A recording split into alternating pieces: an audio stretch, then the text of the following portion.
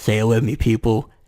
Magi greatness. Magi motherfucking greatness. Ah! Yes, yes, yes, yes, yes. Magi for the motherfucking win, baby. You already know. And ladies and gentlemen, this chapter right here is one of the many reasons why Magi will probably go down as one of the best manga that I have reviewed in 2014. I mean, yet again, huge plot progression, huge character development, huge insight into a character that's been a mystery for a long time, and we're finally getting to grasp who these people truly ultimately are.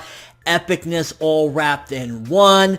Amazing, just like, oh my gosh, that Magi greatness. Let's go. So with the chapter opening up, it definitely showcases that even though Gyokuen ultimately was able to get away, she was fucked up. I mean, Hakuryuu bit the bitch. So it wasn't like the little struggle that they had prior to this event was for nothing, because ultimately she did get fucked up and she's barely getting away up until Judal was like, hey, old bitch, and trips her. So you got to think to yourself, for starters, okay, Judal, very slick of him because he's like, yeah, I'm gonna get away, you guys let me know. But ultimately, like I said, even though it wasn't on a grand scale of anything, because again, he can't really do anything, like this bitch has been, fucking everyone up, ultimately he still stuck around to like basically trip her. And it's kind of weird the way it went down, like, oh, I'm gonna trip you, bitch. And the thing about it is that little moment right there of him tripping her, you would think, okay, wow, some foul ass shit. Well, not foul ass shit, because she totally deserves it, but that was a segue into ultimately seeing more into his character and who he really is, because we have seen him for a long time just be like this nut job that likes war and chaos, and it's always been like, why? And then this arc came and we know why. But before that, I just want to talk really quickly about something that Gyokuen was talking about. The plan is a little bit different from what I set out to do, but ultimately it's still, gonna happen. And then she said just a little bit more and that person will be revived. Now, regarding the plan, ultimately I think she's talking about, the revival and, bringing that person back. The whole plan was basically, gather up this rook and everything. And I think what it is that with those two basically having all that black root, I think the more people that fall into the pravity and the more black root that is in this world, they can use that definitely to help out to bring back Father or whoever the hell they were trying to bring. And I keep saying it, I honestly think that King David is the one that she's trying to bring back. Maybe unbeknownst to her, maybe she doesn't even realize that it's been King David all along, but from the introduction of King David with that chapter 22.5, his prophetic writing or something like that, from there on, ultimately, I think that was a setup that King David is truly the big person behind all this. Because if you remember, King David was the one that was constantly talking about foreseeing everything in destiny. And everybody that continuously falls into this trap of falling into the black root and falls into the pravity, one of the common things that they all have is that they all say, what? Fuck destiny. In this chapter as well, you see Hakuryuu and Judal say that. Why is it that they keep on going after that? Who was it that has actually mentioned destiny in the past? And who was the only person that would constantly whisper in these people's ears this? David. He was the one that kept on, he sees everything and it made him depressed. He hated seeing the future and seeing what destiny ultimately was laid out. So he was the one that wanted to break it. And every time people keep on, falling into this, they keep saying the same thing. So I think one of those major things is that they're heavily foreshadowing that it's not Il-Elah, it's actually David. Maybe she thinks it's Il-Elah, but I think it really just is foreshadowing that it's David all the way. And then Judal kicking her 20 times in the stomach, that was ultimately showing his character. That was ultimately saying he's really upset about this. And I think the closer they got to their goal, Judal and Hakuryuu, ultimately it showcased more. And that's why Judal kicked her 20 times and said, you fucking shouldn't have raised me. If it wasn't for you, I would have been more. Because it showcases that he is angry. He is disgusted. And he really is filled with hatred, mainly because of them fucking up his life. We've seen it already a couple different chapters in this arc.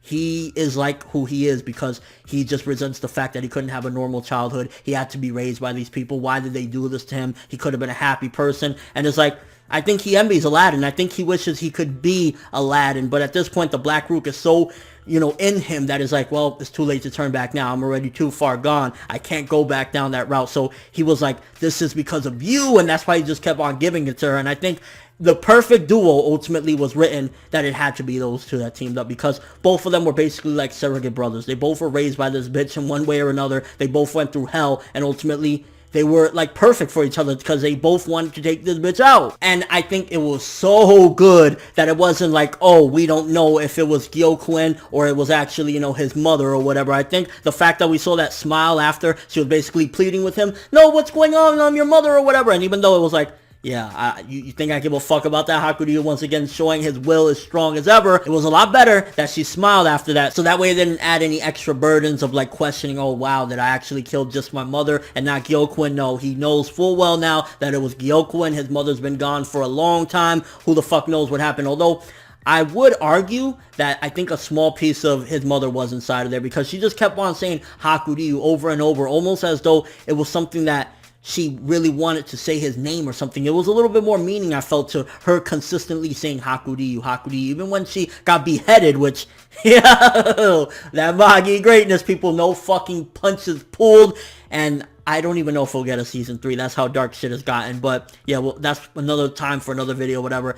When she was there decapitated, she said, Hakuryuu, as if she just kept on saying it. Maybe a part of his mother was inside of there, but he didn't give a fuck. Now, the thing with Haruka exploding, I don't know if that was a trap. I don't know, again, if that has anything to do, because the fact that she even smiled kind of says, in a way, this isn't over. Either the thing with kissing him, maybe a bit of her is inside of him, or maybe, you know, she still can come back. I don't think that she's gone. I don't think Arba is completely out of the picture yet. Why else would she smile right before exploding? I think she might have thought, the only reason I can think of why she smiled is because she thought this explosion was going to take them out. So it was like, yeah, I'm still going to get you. And they just managed to slip by getting out of the thing, because it was actually perfectly said. I think Shinobu just knew exactly what she was doing, that Gyokuen was just about to get out of the barrier when they actually caught her right there and cornered her, because if she would have got out, obviously she would have annihilated them. So perfect timing that they were right there. So it is believable that they ultimately were able to get out just in time and get the board, because they were right there at the finish line. Gyokuen was literally saying in the beginning of this chapter, oh, I'm right here, just about to get out of here. And on a side note, just imagine this. All the power that Judal got from taking Mogamit's Rook. Imagine what he would have gotten if he would have taken the Rook from Arba or Gyokuen.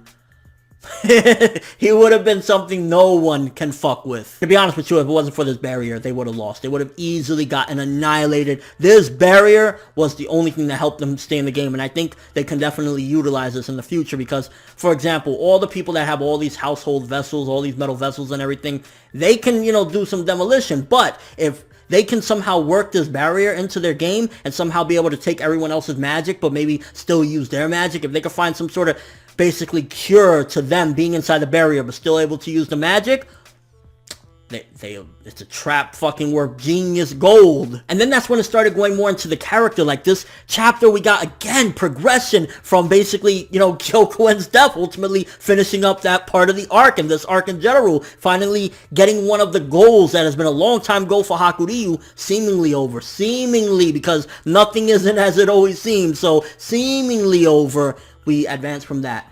And then we go into more character talk. We learn a little bit more about Judal yet again. He is just really angry at what happened to his life and how he was raised like that. 20 years of being a part of Altharman. So you can see he is, a part of it is not necessarily self-hatred, but more so towards just, fuck, why me? And then on the other hand, Hakuryuu was kind of like, I finished my goal. What now? What do I do now? Where do I go from here? And at this point, it's almost as if he's just looking for his next opponent. Where do I target next? What do I do next? And it kind of reminds me, in its own strange way, and in a darker, of course, and more villainous way, of like Yusuke Urameshi at the end of the Yu Yu Hakusho. He was like, fuck, what am I fighting for? Am I just looking for the next opponent to eventually somebody take me out? And I think at this particular point, part of it, of course, is, or a major part of it is really the Black Rook. Because if you think about it, if he finished his goal right now, and of course there's no turning back, and obviously whatever, but if he finishes his goal right now, technically he can already say, okay, Morge and Alibaba, I'm turning back.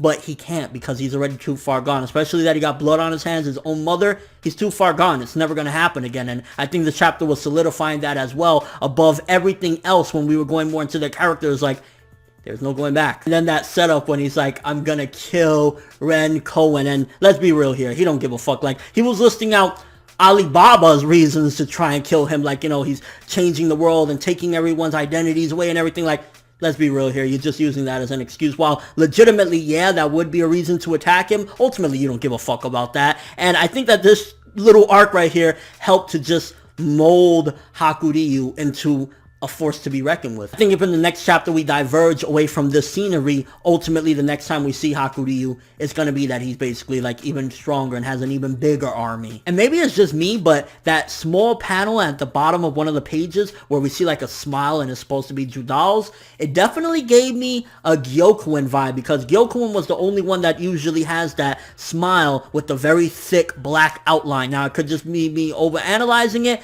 or it could be something else. And in all honesty, I feel as though now they're basically rebels without a cause, so to speak, with Judal and Hakuryuu. It's just like they're mad at the world, they're mad at the circumstances, and they're just going to keep going. And again, part of that is due to the Black Rook. And in all honesty, I think David is truly the final villain, and he just is pushing everyone with his will because he is salty that destiny ultimately led him to be defeated by, you know, his son, Solomon. So he's trying to break destiny, and he's using everybody he can to do so with this Black Rook manipulation. And at the end, they have a clarity that they both understand each other. They're basically brothers in arms at this particular point. Overall, absolutely stupendous chapter. 10 out of 10 progression, deep, complex characterization in a sense, but at the same time making it so simple to just basically analyze it as rebels without a cause. Just a lot of great content in this chapter, nothing to complain about. Art was looking sick. I mean, 10 out of 10 for this bad boy. Magi might take it for best manga I'm reviewing in 2014. I honestly think it could, because yeah, chapters like this, how can you... We just progressed heavily with one of the main characters, or one of the major characters, accomplishing one of his goals, one of his main goals. But let me know what you thought of this chapter. Do you think Ren Gyokuen is dead, or will she return? Was she smiling because of the explosion that was about to happen, or because she knew it's not over? And what do you think about Judal and Hakuryuu now that they're basically saying, we're going to fight the entire world, ultimately? Even then, some we're still going to keep going, because fuck this world. We're going to destroy destiny. Do you think that that leads to David? Is this indeed a clear indication that King David is trying to return, and this is how he's doing it? And since Arba's gone, who is going to carry on that will to revive Father? Because we know that's one of the major plot points that's been set up, so obviously somebody's going to continue it. Your overall thoughts of this chapter? Amazing chapter. A lot of content to talk about. Sorry for the longness of this video. The length is amazingly long, but yeah, I had to get it all. And your overall thoughts of this chapter? But that's all I have for this review. Thanks for watching. Hope you enjoyed. If you liked anything I had to say or enjoyed the video, drop me a like. I'd greatly appreciate it. And if you haven't subscribed, if you could do so as well, that'd be awesome. I'm ForneverWorld, and as always, people, have an awesome day.